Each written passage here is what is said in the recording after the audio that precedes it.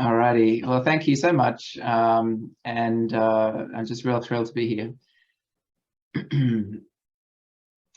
All right. So what I thought I'd do is to start with, I guess, a bit like the imposter syndrome. You know, what can I say that is useful? I've known of your workshop for a long time, but I have not attended the workshop. And one ironic thing is that when I started my PhD, I had just left a position at PwC, where I was in the IT risk management division of PricewaterhouseCoopers. And so I used to do consulting on security and controls and risk management. That was my day-to-day job. And I had just been promoted to a senior consultant a couple of months before I left PwC and went in, came to fly to Atlanta to do my PhD with Georgia State.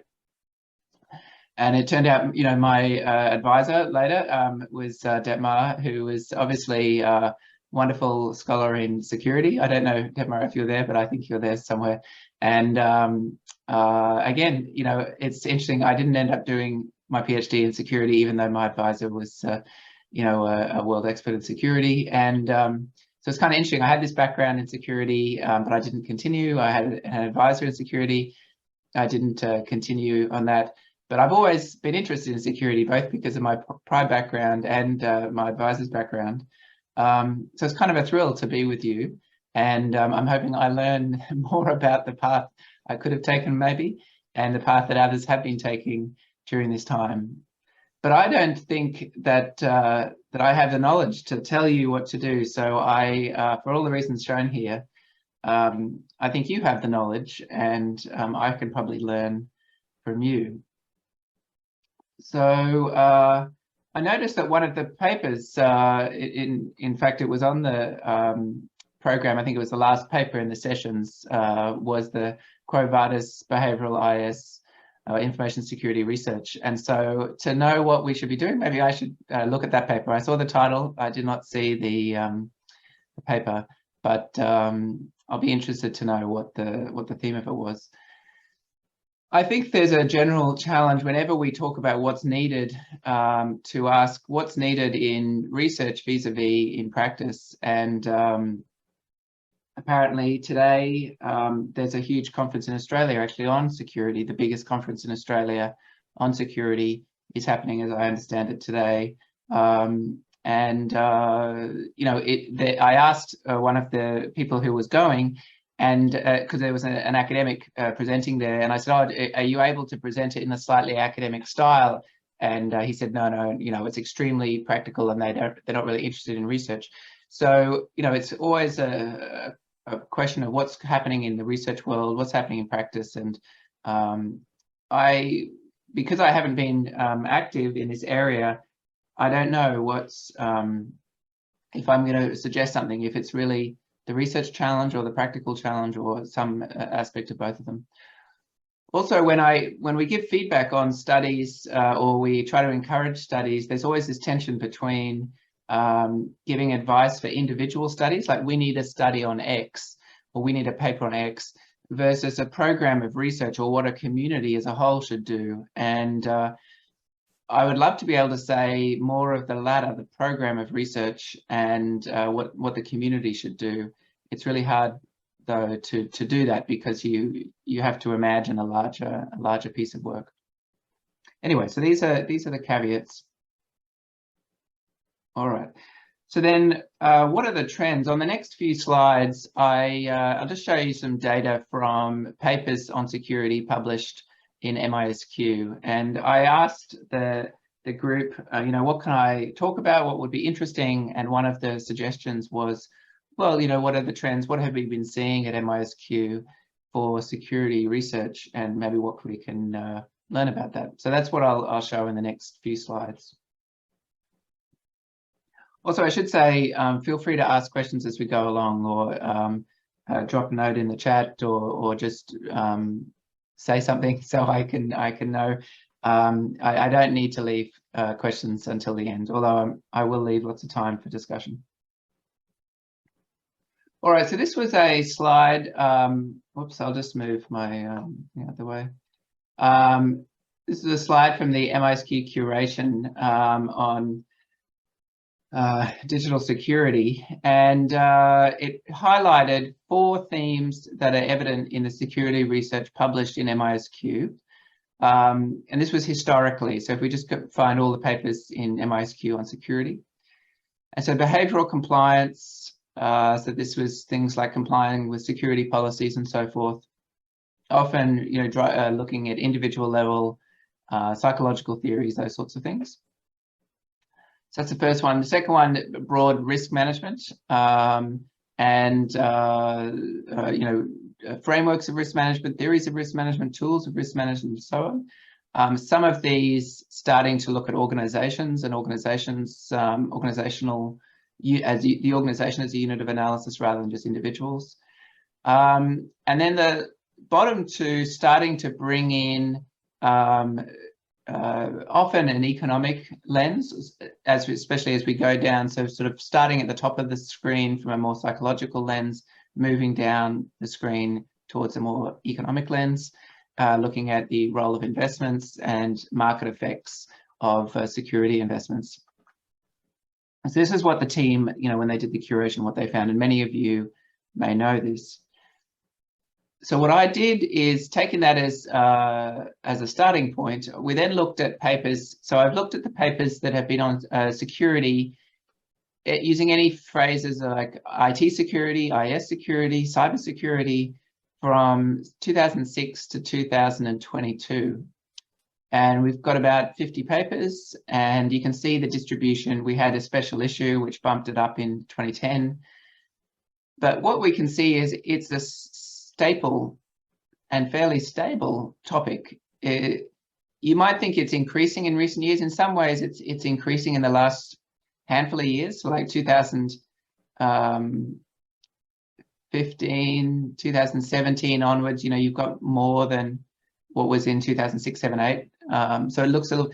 On the other hand, the number of papers in general that we're publishing is also increasing over time. But maybe there's a slight increase.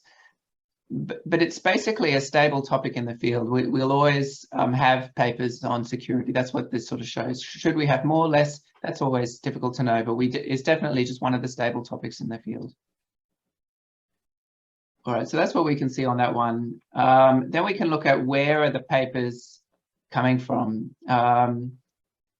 So you can see, by and large, a massive amount of these papers are coming from the US, and then from a range of other places. Now, this is in MISQ. You wonder is this just representative of our research in general? And in MISQ, most of the papers are from the US. When we did the analysis in general of publications in MISQ, the US is the dominant player. So in some ways, it's a general, although it is surprising to me that it's quite so dominant. And I'm not sure why that is. And your group may have insights into this. The rise of research in China as the second largest there is common with, that's similar to the other broad MISQ research. But you would think, for instance, some of these other countries would have more. Germany has 1, England has 2. You would think that there would be some more than that. If Australia can have 3, some of these countries are much bigger than Australia, and you would think that they might have some more papers. But so maybe that's that you've done well in terms of building the security topic and the security community in the US. Maybe that's what it represents. Maybe that's a point for discussion as we go forward. We also looked at level of analysis, and you can see the individual level is by far the largest level of analysis. Some organization, a little bit industry, but primarily individual. And that's also in line with that large research body on behavioral information security compliance, like compliance with policies, compliance with rules at the individual level, that psychological research that I mentioned in the last slide.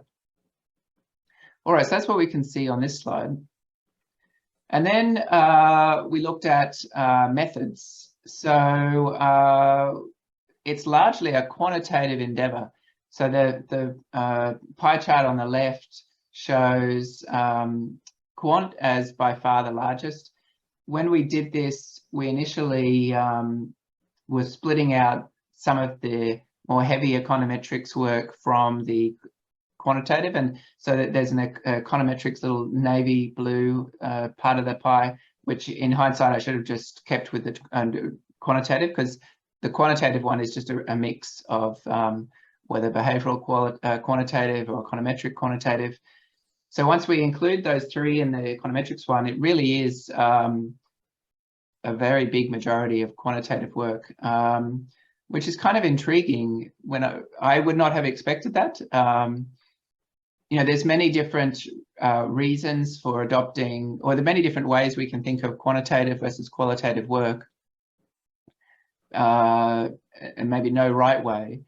But one way of thinking about it is that with quantitative work, we know the kind of constructs we're interested in. That's not always the case, obviously. There's times when we do, especially the more inductive types. But if it's traditional sort of quantitative work, we know the constructs we're interested in. We can specify them ahead of time so that we can construct measures, and we can then use those measures to inform our data collection, and then that drives the quantitative study. Whereas in qualitative studies, often we don't quite know the measures yet. We don't know exactly the concepts of interest, and this might form inductively through a study. So if, you know, that's a characterization of or a stereotypical way of presenting quantitative versus qualitative.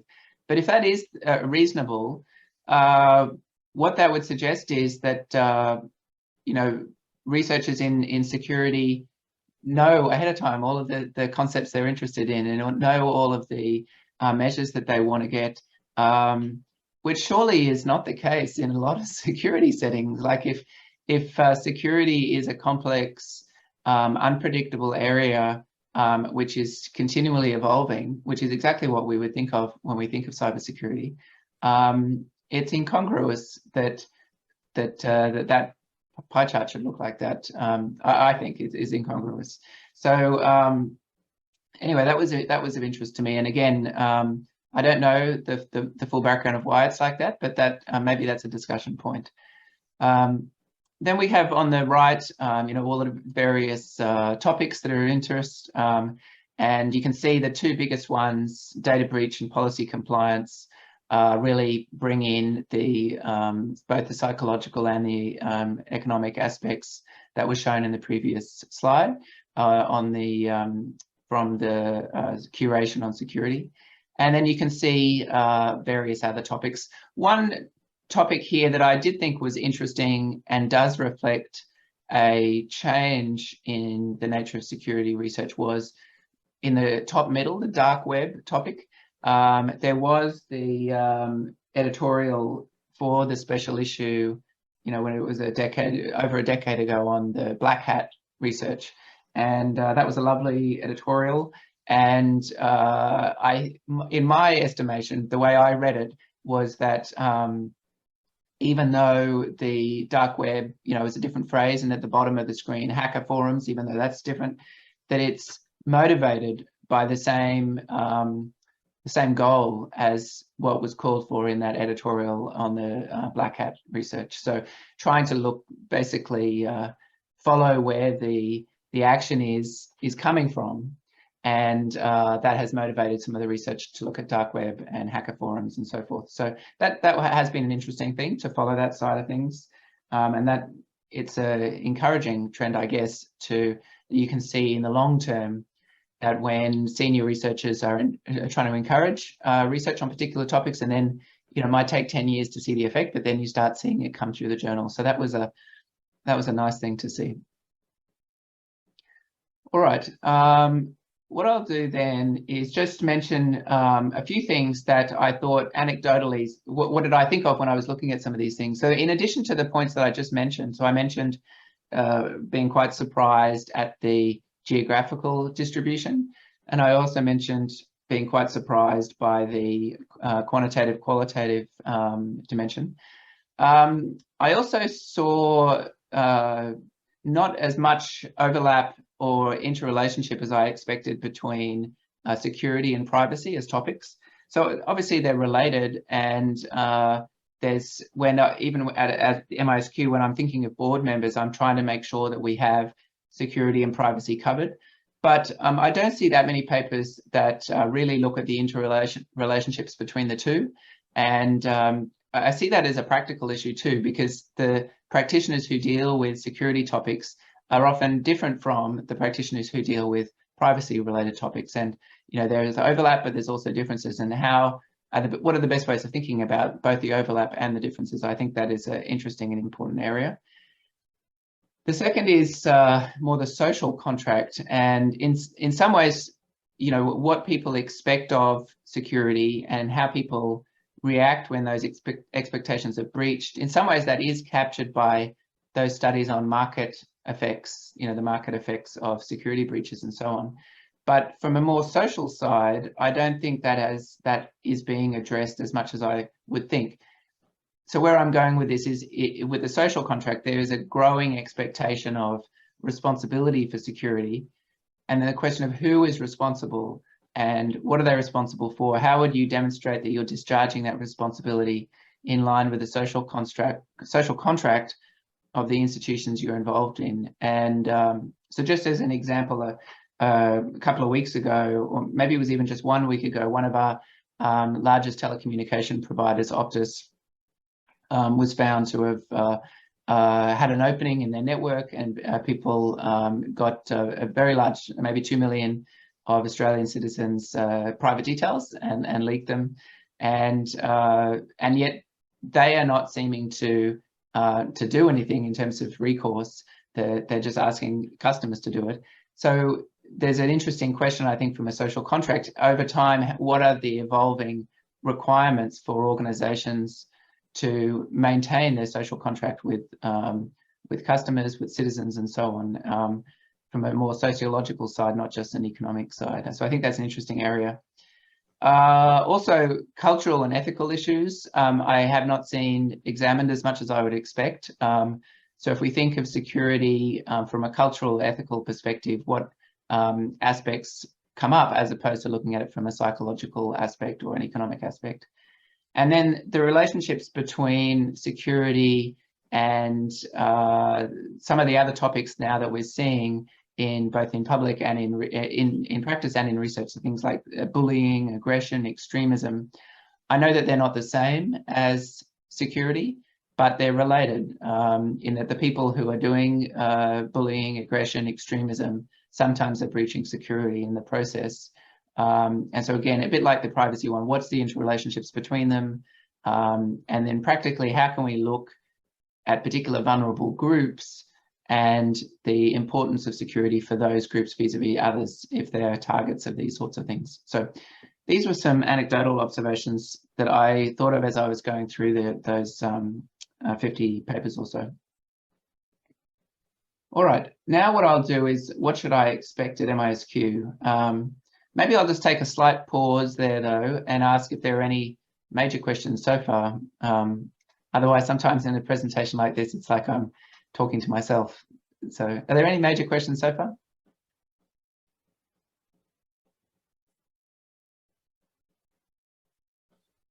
No?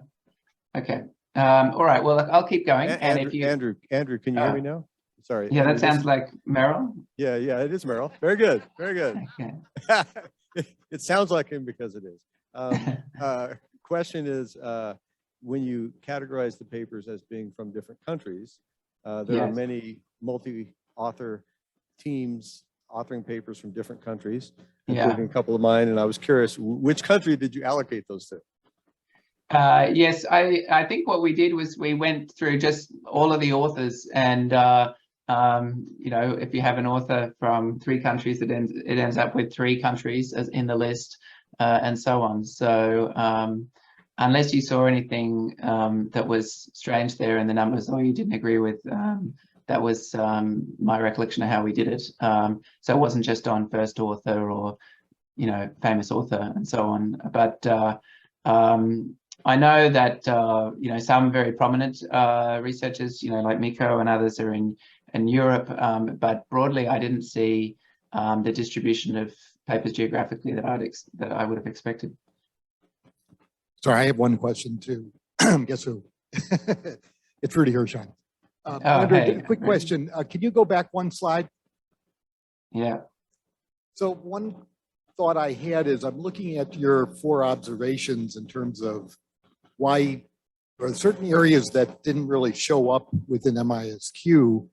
And then I was thinking, so if you looked at your breakdown of methods and so on, yeah, and you found out that it was largely the quantitative methods which were used in the research topics, and then you go to your slide, I would say that the 4 areas that you thought you would see more or you like to see more of perhaps are more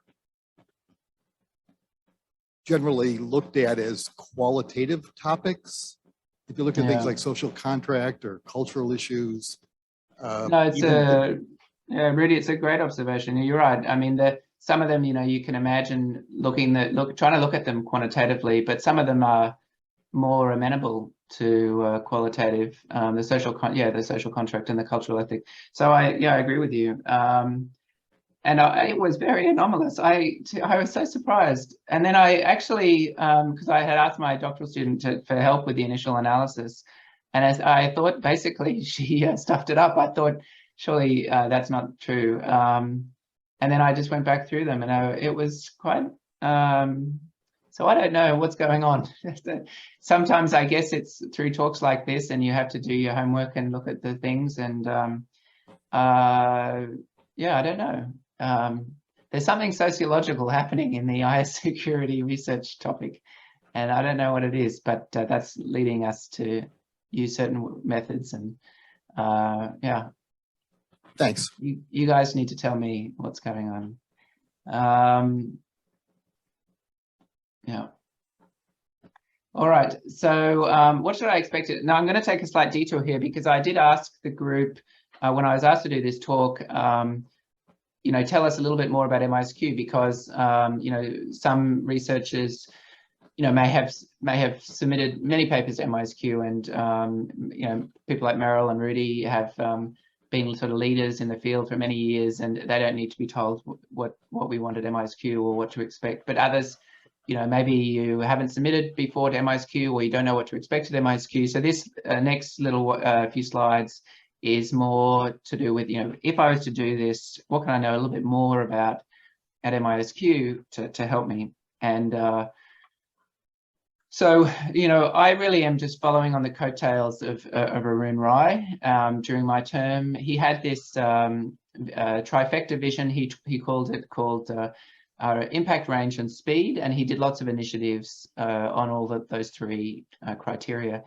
And his December editorial, the last editorial of his term, was just really inspiring, describing all the different initiatives he had done and with the board on those 3 things. And it was really just wonderful to see all of those different initiatives. I think largely he achieved all of the vision he had when he started his term. So I've really seen my term as continuing all of that efforts to make sure that we just continue accelerating and building on all of his good work.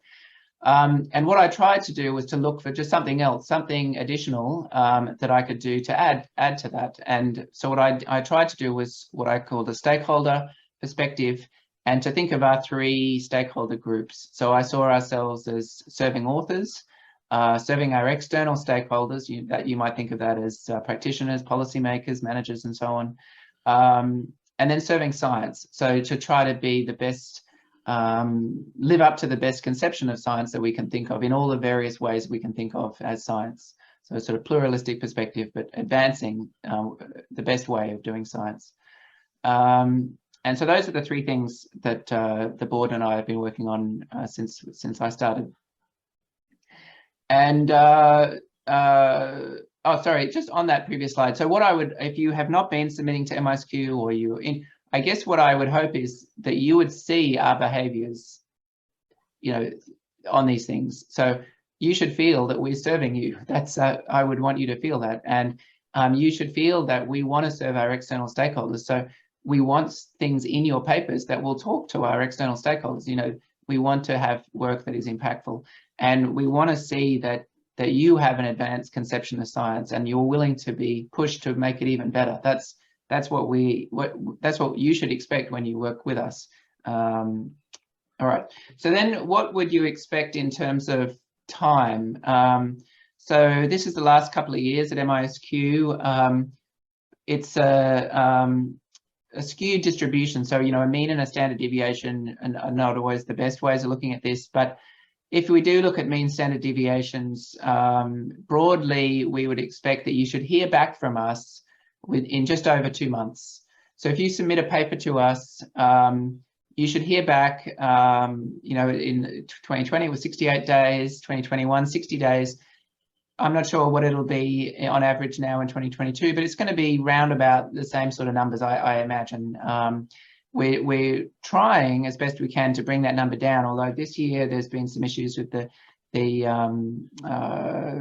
initial processing of papers right at the review coordinator stage, which has bumped it out a few days. But it's in this order of magnitude. It's not going to be.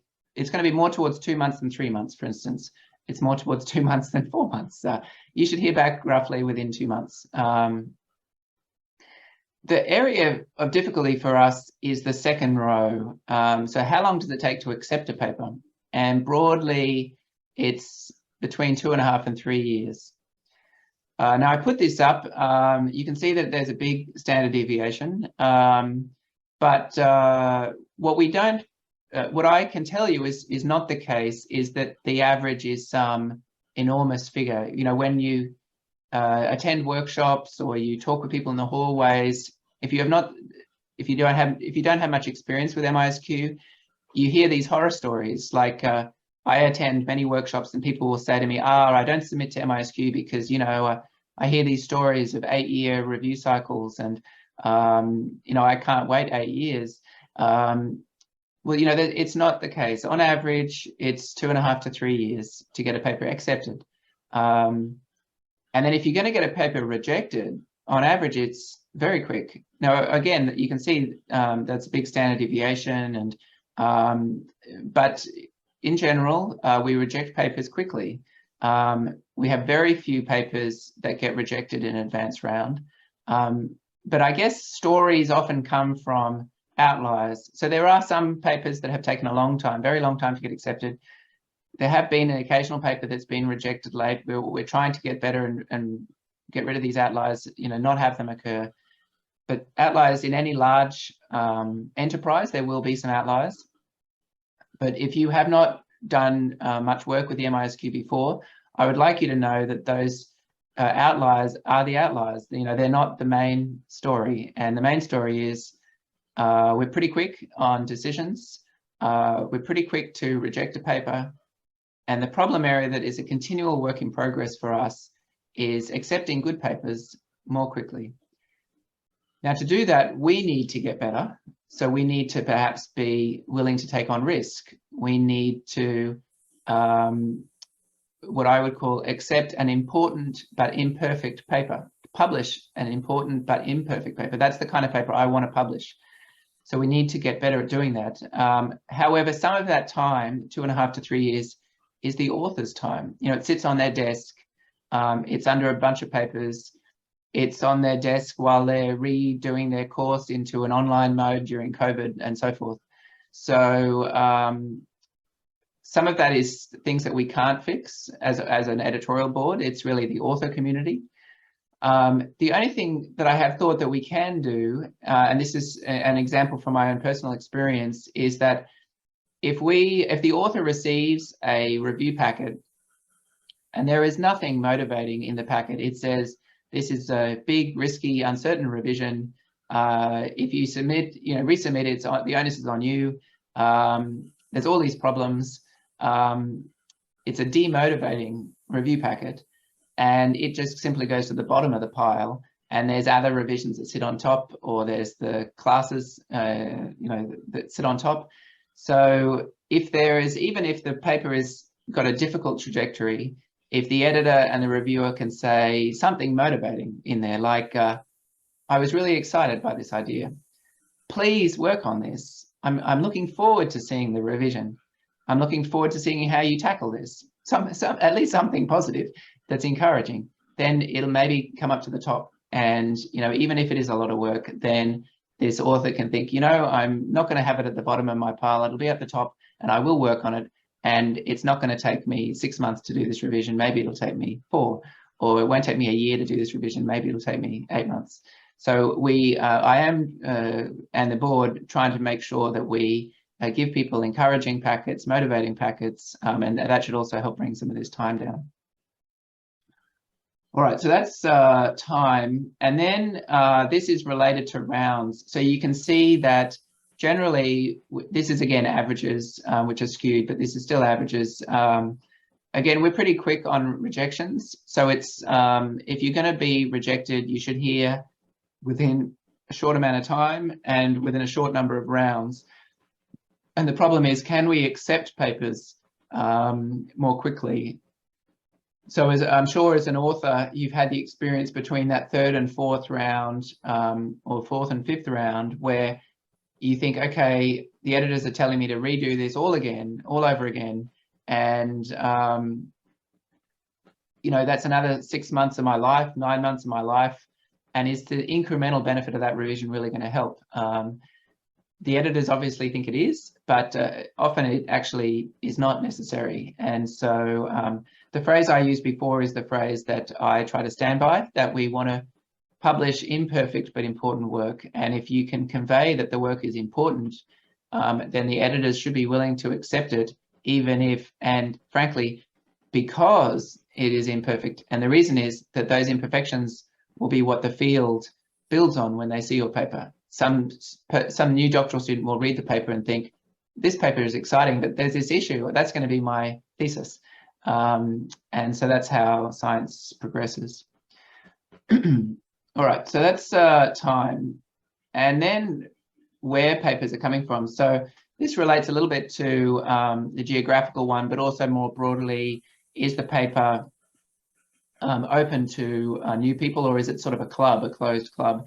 And this was some data that Arun started preparing and that I've just sort of continued. And in some ways you can think this is a good news story, or you could say it's a bad news story, depending on how you look at the numbers. So one way of looking at the numbers is to say, look at the right-hand side, and you say author teams with an average of 0 to 2 papers. And that's 3/4 of our papers. So what that suggests is that, you know, the vast majority of our papers are published by teams where there's very little prior work with MISQ. You know, maybe one person on the team has a couple of papers, you know, over their career. Other people don't have papers. And so it's, you know, it's not a club in the sense that people have 10 papers or things, you know, whatever. It's really growing the field. The field is growing all the time. That's what those numbers show. On the other hand, you can look at the left and say, well, there's only 10% where none of the authors have published. So 90% of our papers have somebody who's published at the MISQ before. So there it is. You know, it is some sort of a club. You know, you need the ticket for 90% of the papers. So, you know, I have presented this in different places, and I have generally, you know, I was always looking at this as a good news story, but you know, some people have looked at these numbers and said, hey, it's not actually that good a news story. So I still personally think this is really positive, but I am circumspect regarding, you know, that we still need to do better. And maybe that 10% one, if we could get that even higher over time, I think that would be great. So that's one of the reasons that we're doing so many workshops, you know, trying to get the word out to as many people as possible of what we're looking for at MISQ, how you can develop papers at MISQ, how you can become part of the set of authors who publish there, so that we can bump that number up from 10 to a higher number. There's also a bunch of members on the editorial board who work in the security area. So, you know, I've mentioned, you know, a number of editors here, and certainly, just like any other editor of a journal, I have my own method of finding people. and to fill spots on the board. And broadly, security and privacy is one sort of category in my mind that I make sure that we cover. So, you know, there's always, it's like a dynamic jigsaw puzzle, a board, and it's always moving, always changing. And I think it would be, basically, I don't think I would leave the security privacy as an unrepresented area, because it's one of the categories I'm thinking of. There may, you know, at a particular point in time, there might be an opening and I have to fill, and there might be some other category that I have to think of at that particular moment to put in.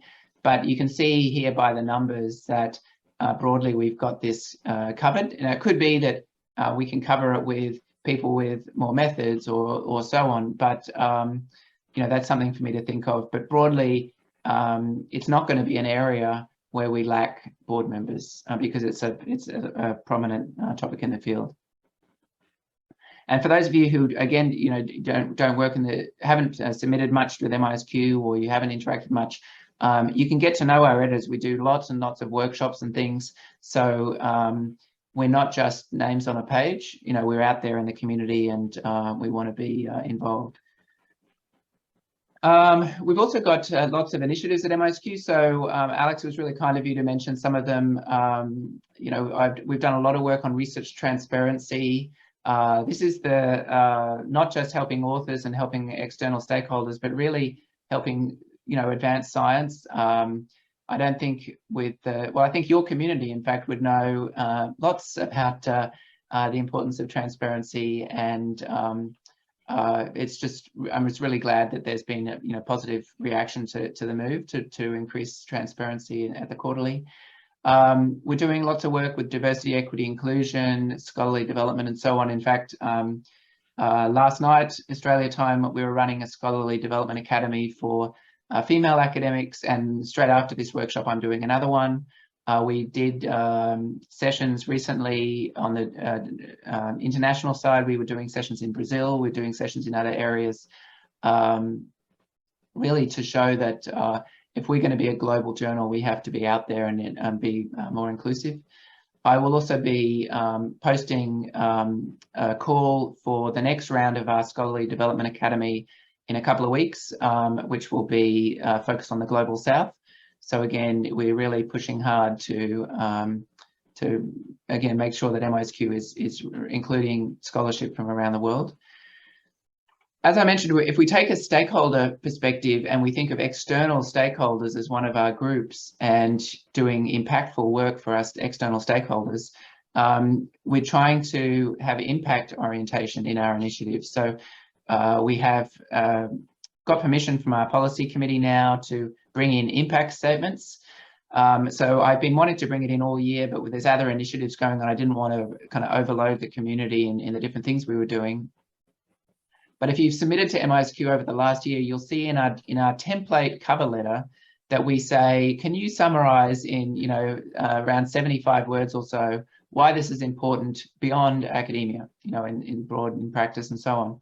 And in the US and NSF or in other countries, most of the granting agencies are doing this as well. And we're going to, in the next year, go beyond just the cover letter to say, you know, could this appear in the paper? So sort of half the length of the abstract, not the full abstract, half the length, maybe even a third of the length of the abstract, a concise statement saying, why is this important beyond academia? And in addition to being useful on the paper, we can compile these and aggregate these over time. So you can say, well, you know, on a particular topic like security, what are all the things that we've done that have been important beyond academia? Aggregated over time, what has MISQ said that's important beyond academia, and so on. So sort of impact statements are important. We've also brought in an impact award, like a decade award, what's been the impact for a particular paper. And our inaugural winner of that was the privacy paper, which you know, is obviously closely related to this community. And we're doing special issues on important topics, the social justice one. We've had a commentary recently come out on, you know, the climate crisis. We're trying to do things that are important in the world. And then lastly, on the social media side, we've got various initiatives to, again, reach out to the community. there's a group in China that's worked with me on translating promotion or promoting MISQ in local languages, so in this case in Mandarin, and I'm keen to do that in other locations as well, to promote our work in other jurisdictions and other regions, so that we can increase the collective impact of our work. All right, so these are various initiatives, and I have to be careful with all the different initiatives. Basically, we push ahead, but we don't want to do 1,000 things, because we want, you know, as the board evolves and rotates and new editors come in, that they can keep this this movement going, rather than do too many things and then they sort of drop by the wayside. All right, so what are some personal reflections as editor? I've got 2 slides really coming next. So these are just, you know, if you were to say, well, you know, what can we take away, Andrew, for security kind of work? Practically, I would see the relationship between disasters and security. So if you see some areas of the security research as interacting with the topic of disasters, I would see your research is just simply increasing in importance over time. And that if you're studying the relationship between crises and security, that would be a very important area to work in, a very, very important intersection. And you would never be short of topics. I think this is simply going to increase over time. So the consequences will increase, the severity will increase, the frequency will increase. All of these are increasing. That's what that's what the statistics show. And it's kind of a scary world that we're going in. And so if you're working in any of this area between the interaction of crises and security, I think it would be just very important. And I would encourage any areas, whether it's a social crises, financial, technological, and so on. So I hope to see more work in that area. It could be that the joint work across disciplines, maybe even joint work across journals, is something that we can do. For example, I am doing a collaboration with another management journal on broadly, you know, historically, what can we say about technology and organizational change? That's one topic that, you know, is an old topic in the field that that we can talk about. It could be that the IS field and MISQ can collaborate with other fields, whether it's you know, in economics or in psychology or in sociology or political science. Could be that if we teamed up with you know, another field, another journal, we can actually tell something to the world about these major topics. Sometimes I think we operate in our silos, so that could be something that your community can help with. And then the last slide, this is a bit wordy, I'm sorry, but I was trying to think of theory. So on the previous slide, I had shown you the, you know, the lack of work on qualitative perspectives. There was also, in general, I think, a lack of work on theory. And so I don't have your background in, you know, theories of security and so on. So I was just trying to intuitively think, you know, if I was to do a theoretical model of security, what would I come up with? And so I was trying to think, well, you know, there's going to be boundaries. Anytime we think of security, there is a notion of boundaries. Anytime we think of security, there's a notion of resources within those boundaries, and that's what we're trying to keep secure. And anytime we think of security, there's going to be stakeholders who can, maybe these stakeholders obviously have a relationship with these resources, and these stakeholders are related to these boundaries in one way or another. So these are 3 concepts: boundaries, resources, and stakeholders, that would work in this theory.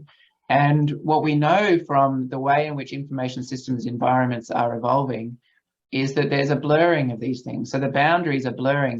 Systems are so interconnected now, and the systems are performative. So the system will have create data, which is then used in new ways, which then informs another system, and so on. So the system is moving and changing itself over time. And the value is that's the reason why value is generative. These valuable resources are emerging and changing and informing each other, and it's continually moving and growing in unpredictable ways. And therefore, the stakeholders themselves are increasingly dispersed and varied, and so on. So just simply thinking of those three concepts and how they're changing and how their interrelationships are changing over time would seem to me to be enormously important, understanding those relationships and those changes. And so I think good theory should help us do this, but I have not seen this theoretical work in the journals. Now, there could be that that's happening and I just haven't seen it in my quick review of the literature, but I'd love to see more. But if there are these changes, I imagine it changes the notion of what it means to be secure. Both the security policymaker, the actors providing this security, the people who feel secure or do not feel secure, the actors, the resources, whether they are or are not secure or in between, how people can assure or provide security, what it means. So if there's blurred environments, blurred notions of resources, then surely the implications themselves will be blurred. So it's not that it will just be spread out, but it will be blurred, it'll be ambiguous. I guess some of these things just simply reinforce to me that I'm quite amazed that there's been so little qualitative work. But I think the larger context here is that as things become more integrated, as things become more blurred, as things become more interconnected, there's a massive need for us to understand the scope and the scale and depth of these issues. So with that, with that request for more theoretical work, I will say thank you and take questions. So thank you. I'll stop my screen share. All right.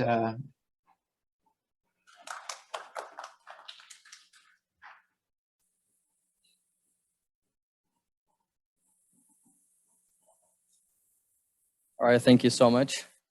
Do you have any questions?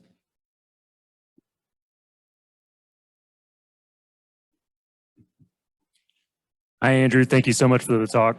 This is Phil Menard from UTSA. And I had a question regarding the graphic that you showed showing that 10% of MISQ publishers have never published before, in combination with any initiatives toward diversity and inclusion. Because it seems to me that although MISQ is making a step in the right direction with a DEI statement, it also seems like people from diverse communities would be acutely affected by the fact that they don't have access to publishing or writing a paper with somebody who has prior MISQ experience. So I'm wondering if you've looked at those things in tandem before, and if you have any recommendations for the security community about diversity and inclusion, because at least in practice, the cybersecurity workforce is way behind in terms of diversity and inclusion. Oh, okay, that's interesting. So I did not know that. That's interesting. Look, I think obviously it's a very difficult area. So broadly, you can do things that are like patch. You could think of it as patchwork. Let's fix the problem. A small problem immediately. Try to fix something. Or you can think of the long work. Building a pipeline and developing the field and ensuring a culture of inclusion. So the two, the short game and the long game. And one of the things in terms of the short game we've done that I hope has been helpful is we've done a couple of rounds recently of papers. So the one was the social justice special issue, and the other recent one was the call for a commentary on the climate crisis. In both cases, we enabled short papers, like very short, let's say 4 pages of a submission page to be submitted to the quarterly. Almost, I guess, at some journals you might think of these as they're smaller than a note, so maybe someone might think of them as a letter, or there's at some journals they do have a category for these. And I didn't want to create a new category because that's a policy decision and it's complicated. But I wanted, through things like special issues and special calls, to enable this to occur. And the basic thought that I had was that with some communities, it may be simply impractical to think that someone can write, a 50-page MISQ paper. They just don't have the resources, or it's just unlikely that that could happen. But it is possible that they could write a 4-page, really interesting paper. And that if we can curate and collect these together, we would have a more interesting, more impactful 50-page paper than, if we just had the 50-page paper. So for instance, is there data from particular communities? Is there data from particular countries that, we're just simply not getting at the moment? And what I'm hoping is through the social justice special issue, we'll see some really excellent submissions from, around the world, from different communities we don't normally see. The same with the climate crisis one. Now that's an effort we've done empirically. It remains to be seen if it's going to work, but I hope it will. And then if it does, then we can continue that. In terms of the long game, we've been doing a lot of workshops and reaching out to the community. And I think on the one hand, it's successful. Like, I think people really like our workshops. They get value from them. What I have noticed recently is that I don't know if our traditional methods of reaching out to the community are effective. So, for instance, I post a call for, attending a workshop on IS World. Well, if someone's not a member of IS World, they don't see that message. I send it through social media. If they're not connected to us through, maybe they don't even get the message.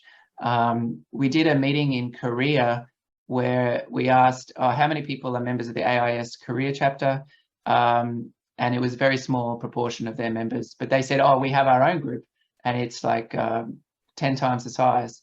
And when I send out my messages, essentially I'm only getting 10% of their group, right? 90% of their group are not even hearing our messages. So I don't know the best way of reaching out to all the security sort of researchers. Maybe there's communities, and in fact, maybe that's something that your community can help me with to ensure that, if MISQ is reaching out to the community, trying to encourage more work, that as many of them as hear our calls as possible.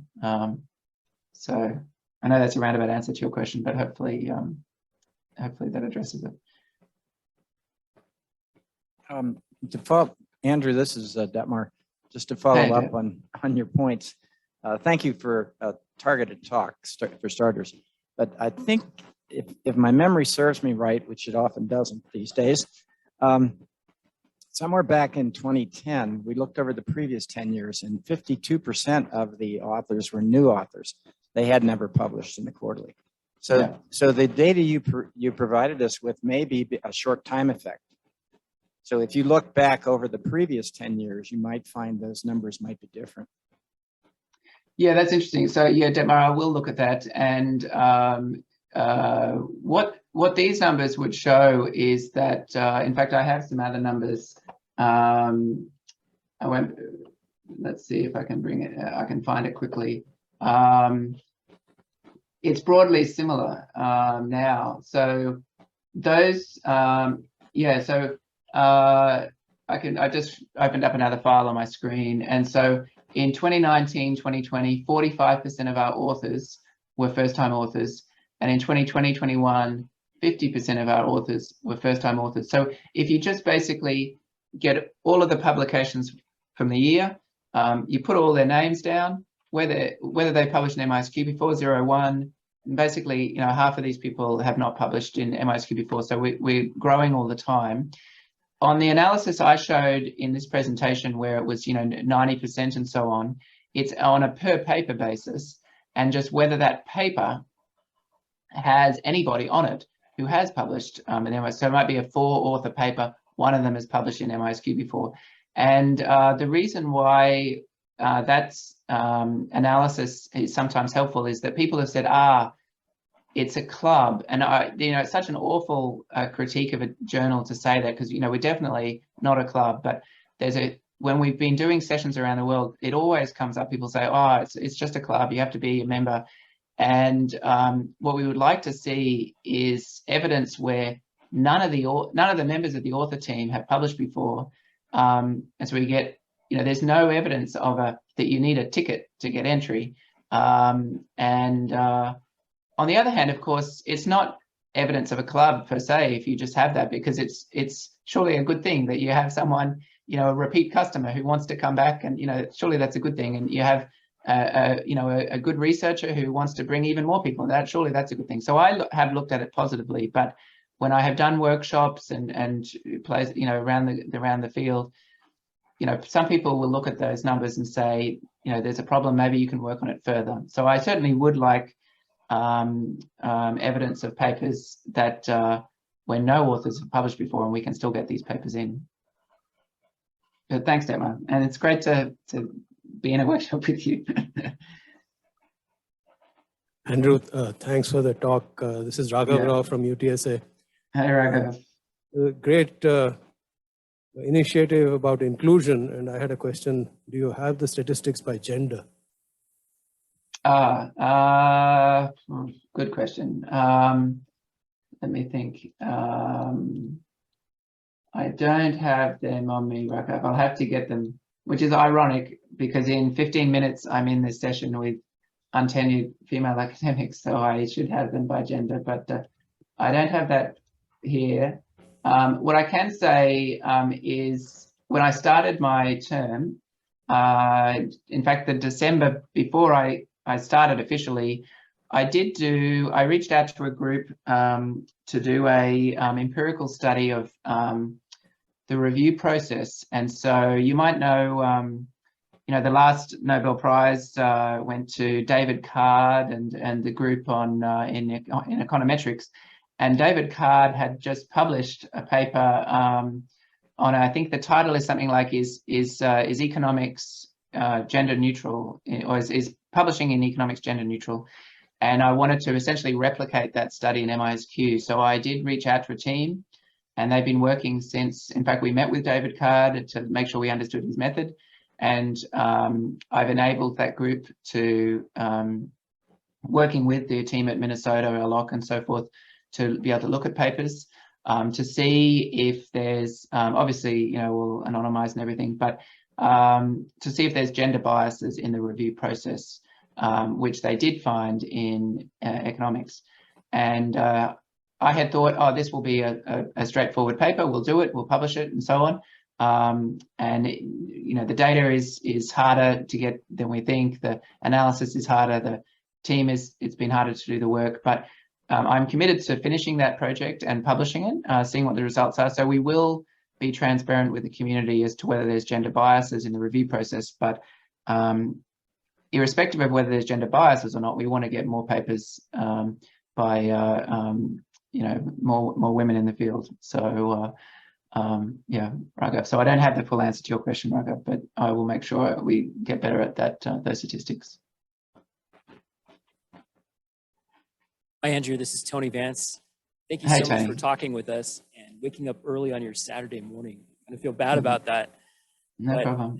It's just really interesting hearing about your background as a former security auditor for PwC. And Yeah. so with Detmar as your advisor, I'm wondering, what can we do to help you to publish in the security space? Maybe addressing some of the very interesting areas that you identified. I wonder how you can use your expertise in healthcare and systems use and theory. Oh, that's nice of you. To look at some of these problems that we have.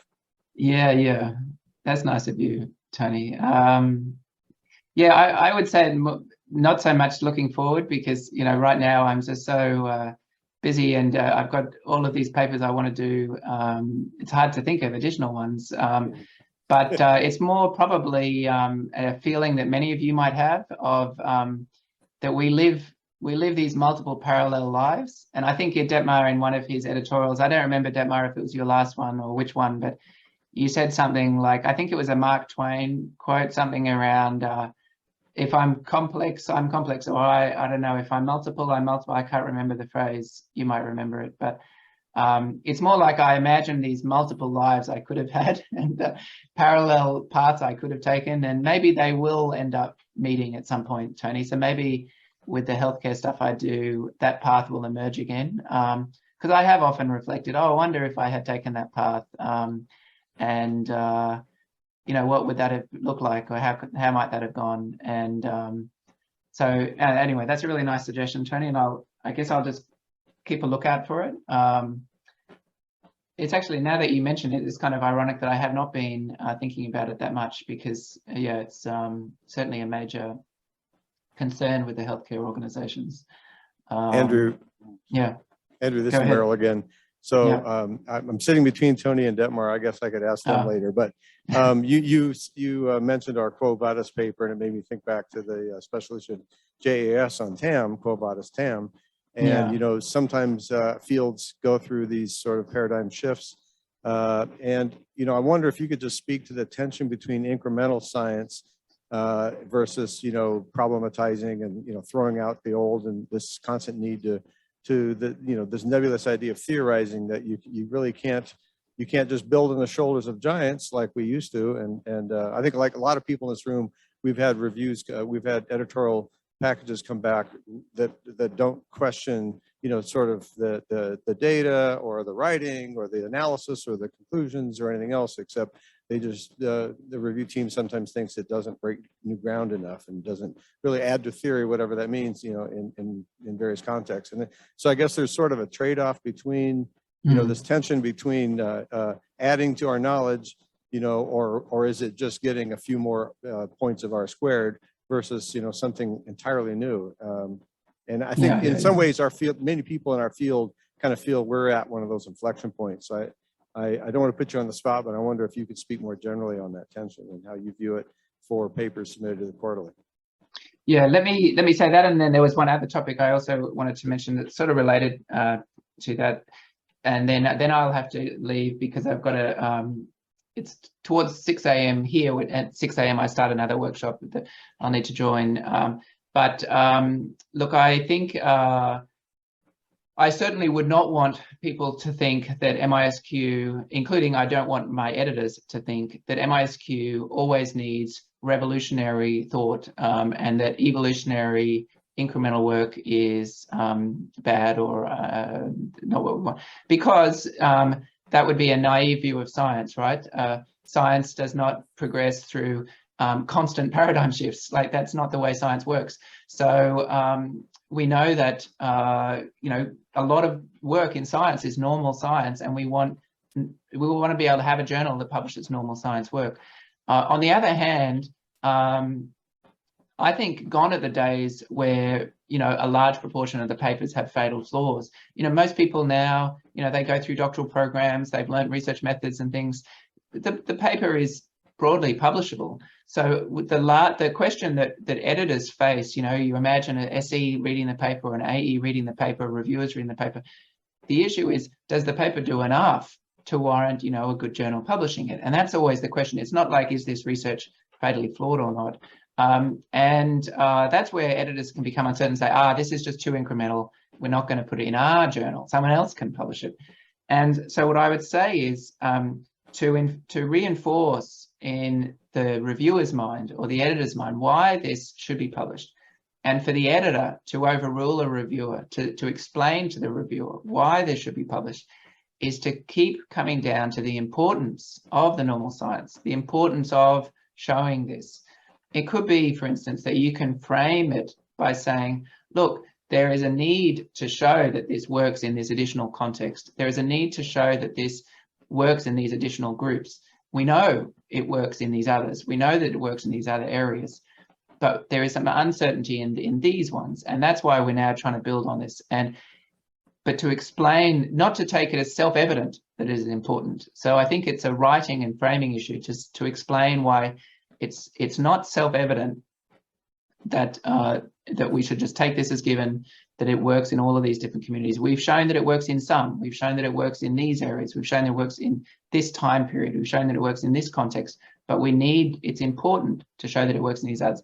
And so essentially just reinforcing the importance and urgency of continuing that normal science. So that's what I would recommend that authors do, and that's what I'd recommend the editors think about when they're trying to explain to reviewers why they're accepting a paper. But if the author is unable to do that, and if the editor doesn't see the potential, then I guess it is incremental work. And you know, it might be that, you know, it's not for the journal, not for, you know, a top journal. It's for more of a second tier journal, and that's why we have journals of different levels. And it's not a bad thing. It's, you have a portfolio of work, and sometimes you have a paper that you send to a top journal and others that send it to a next tier journal. And that's not a bad thing. You know, that's a portfolio of work. The second thing I wanted to mention was there was a notion both on the Dewald website I saw and one of the papers was really around the behavioral security, behavioral research. And I guess I wouldn't want to finish this without mentioning that we want behavioral methods, we want behavioral research. I was in a couple of workshops where people said, oh, do you still publish survey work? Like, is that dead? And I just couldn't believe the question even. Like, of course, like every paradigm is wanted, every method is wanted. If you're a doctoral student working with survey methods on behavioral theories, we want your papers, we want your methods. Yeah, so I think there's been a rise. The most common paper I'm getting submitted to the quarterly at the moment is econometric analyses of online review data on, e-commerce websites. Why? Well, that data is available, you can get it and you can analyze it. Does that mean that it's like a super important topic? No, it's just that's the data that's most available and people are crunching the numbers. So if you're doing an important security topic, you're doing survey methods, whatever, we want your papers. So Andrew, I know you got to go. I want to thank you on behalf of everyone here, and also mention Tony and I have just been talking about where to hold future conference workshops. We hope we can come to Australia soon. Oh, that'll be great. Yeah, it'd be great to see you. And thank you so much, everyone, for having me. And I hope you can hear the applause here. Yeah, well, thank you. Keep up the great work, everybody. All right.